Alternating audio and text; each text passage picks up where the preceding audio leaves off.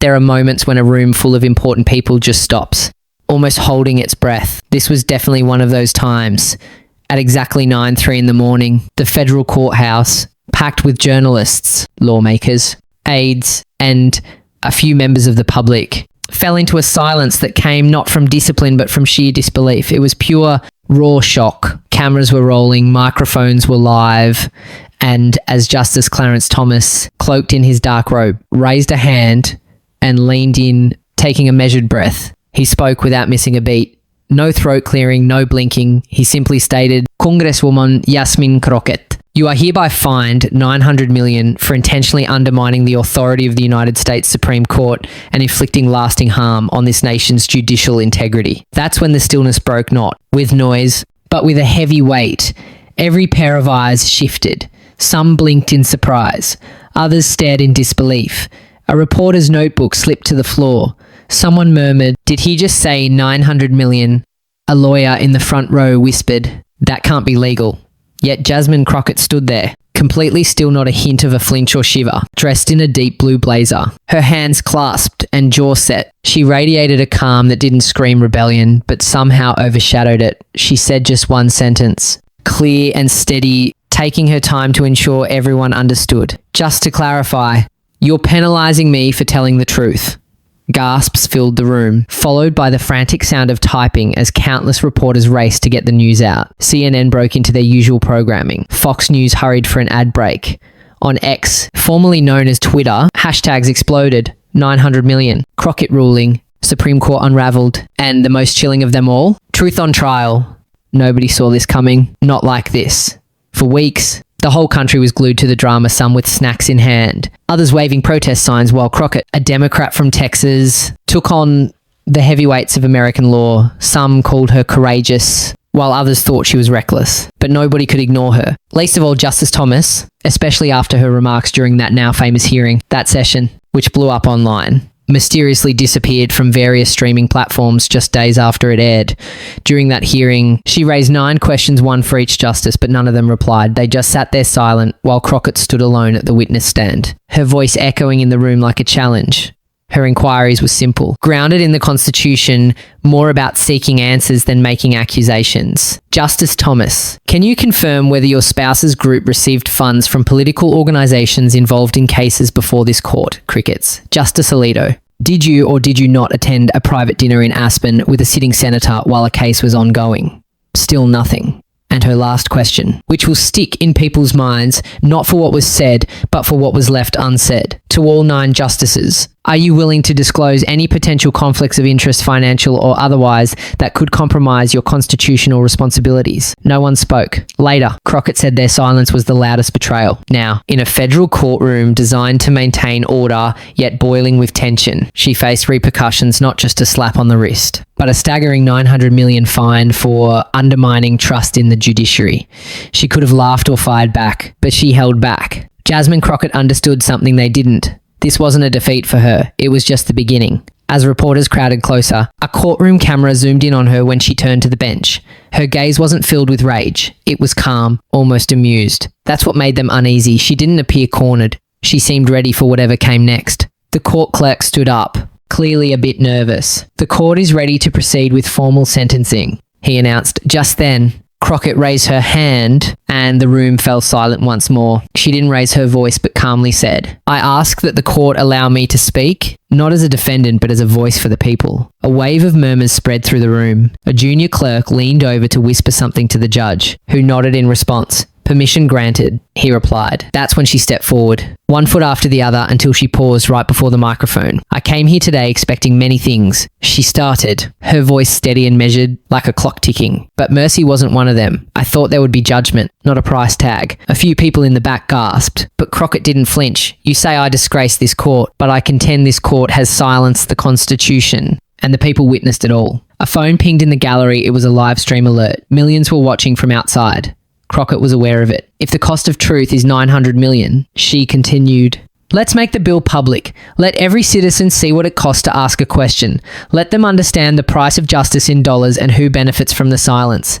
The judge's gavel hit the podium twice, loud and clear, but it was too late. Jasmine Crockett had already captured something not the case. Not just yet, but the attention of the room and beyond that, the entire nation outside. A crowd had gathered, starting off quiet, then growing louder until it erupted. One sign read, "Truth carries no penalty." Someone whispered into a phone camera. She just shook the foundation.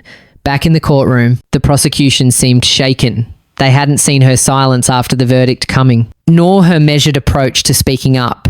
It wasn't defiance, it was something colder and much more powerful, sheer certainty. As the court took a break for an administrative review, which is just a fancy way of saying they were unsure, Justice Thomas leaned back, his jaw tight, hand suspended over his gavel. For a split second, their eyes locked. In that brief moment, the man who had ruled over the judicial system for more than 30 years looked a bit unsettled, not because of anything she had said, but because of the words still left unsaid. Beneath her calm exterior was a plan. Hidden away in her blazer's inner pocket was something small, shiny, and sharp, a USB drive. What it held would make the $900 million fine seem like pocket change. To be continued. When the courtroom returned to order 26 minutes later, the lights seemed more intense, and the tension hung thicker in the air. Almost palpable. Jasmine Crockett sat composed at the defense table, no documents, no laptop, just a glass of water that remained untouched. Around her, murmurs filled the space. Heavy with doubt, this wasn't how things were supposed to go. She shouldn't have been so calm after facing down a nearly $1 billion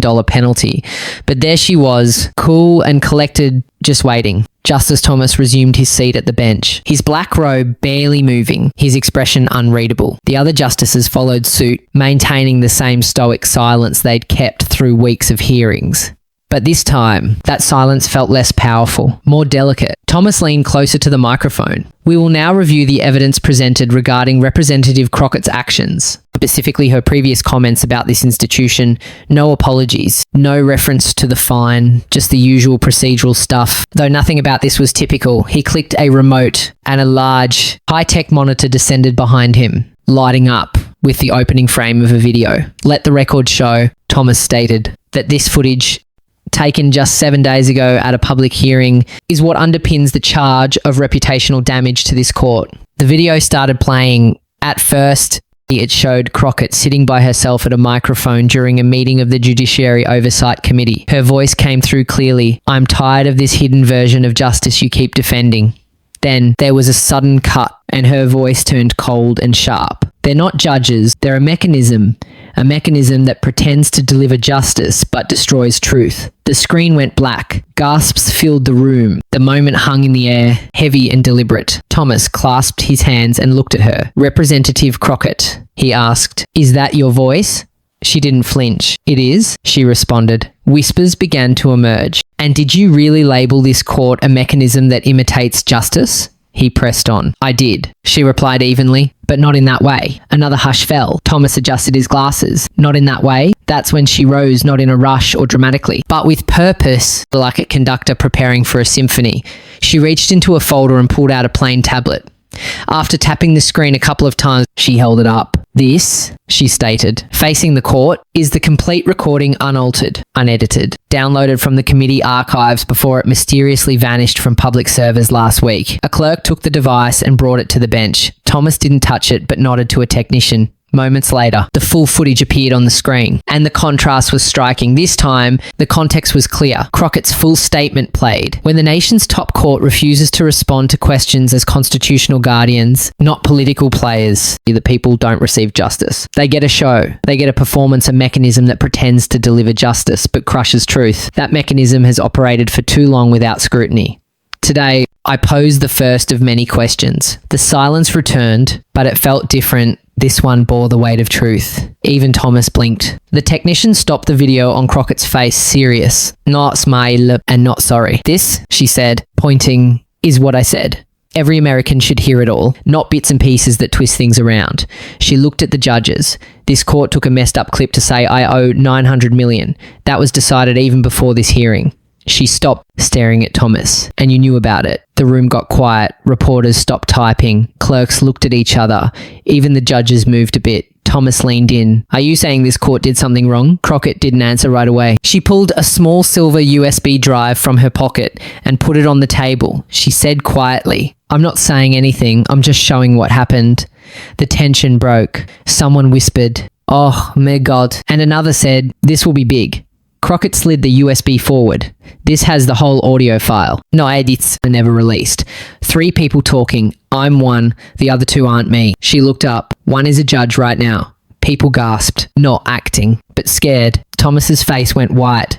He reached for his gavel but stopped. Crockett spoke softly. But everyone heard. "I wasn't supposed to talk after today. They wanted to shut me up. Bury me in legal stuff." She turned to the people watching, then the press. "But that doesn't work when the wrong person has the real thing." She gave the USB to the clerk. "It's already out there," she said. Time, stamped, and checked. Over 2. 0 journalists have it. Thomas opened his mouth, but nothing came out. Crockett didn't look at him. She didn't have to. The courtroom speakers went on. Connected to the system, the light turned green, and a man's voice came on, quiet and planned. "It's not about if she's right. It's about making sure no one cares." Then another voice, older and slow, no mistaking it. "If you fine her a lot, no one will listen to her after that." Thomas grabbed the bench, but Crockett didn't say a word. The evidence spoke for her, and it was just the start. The courtroom was completely still. Not a judge, clerk, or even a reporter moved. Then Clarence Thomas's voice came through the speakers, clear and measured. "If you fine her enough," it echoed, louder this time, almost daring anyone to dispute it. "No one listens after." The silence that followed wasn't confusion, but understanding. Everyone grasped that this wasn't merely about rules or honour. It was about power and the anxiety of losing it. As Thomas reached for the microphone, his fingers shook slightly. Then Crockett's voice broke in, quiet yet sharp. "You said the fine would silence me, but all it did was amplify the truth." She faced the judges head on, pausing for effect. Then she stepped forward.